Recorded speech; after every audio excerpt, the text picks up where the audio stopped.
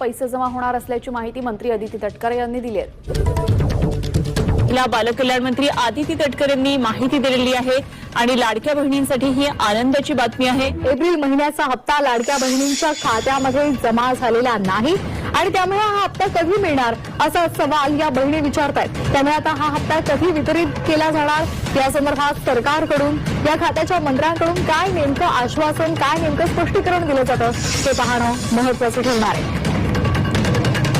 लाडक्या बहिणींना अद्यापही एप्रिलच्या हप्त्याची प्रतीक्षा आहे, त्यामुळे हा हप्ता हे पैसे नेमके कधी मिळणार असा सवाल या लाडक्या बहिणी करतात। राज्यात ई-केवायसी नंतर 1,89,00,000 लाडक्या बहिणी पात्र आहेत, तर अपात्र लाडक्या बहिणींचा लाभ आता बंद होणार आहे।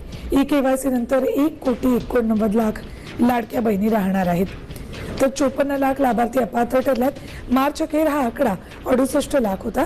एका महिन्यात 14 लाख लाभार्थींनी ई-केवायसी पूर्ण करताना सरकारी कर्मचारी नाही असं स्पष्ट केलंय। यापूर्वी त्यांनी चुकून सरकारी कर्मचारी आहोत असं नमूद केलं होतं। लाभ बंद झाल्याचे कारण अनेक महिलांना अद्याप समजलेलं नाही। केवायसी दुरुस्तीसाठी 30 एप्रिल पर्यंत मुदत दिली। अनेक महिलांचा नोव्हेंबर, डिसेंबर, जानेवारी नंतर लाभ बंद झालाय, परंतु त्याचं कारण त्यांना समजलेलं नाही।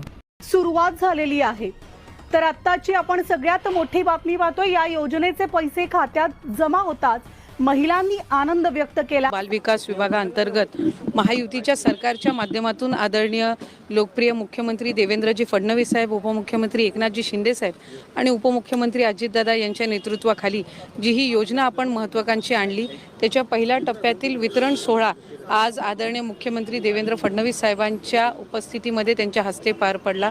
माझ्या सहकारी राज्यमंत्री मेघनाताई असतील, इतर सर्व सन्मान्य आमदार असतील, आशिषजी असतील, त्याचबरोबर विभागाचे सचिव, आयुक्त, इतर सर्व अधिकारी असतील आणि नागपूरचे सुद्धा सन्मान्य जिल्हाधिकारी, आयुक्त यांनी सुद्धा सगळ्यांनीच ही योजना अत्यंत प्रभावीपणे राबवण्यामध्ये आम्हाला मदत केली आणि आज साधारणपणे 1100 पात्र लाभार्थ्यांचे अर्ज हे आपल्याला नागपूर शहरातून प्राप्त झालेले आहेत। आमचं उद्दिष्ट 2000 रिक्षांचं।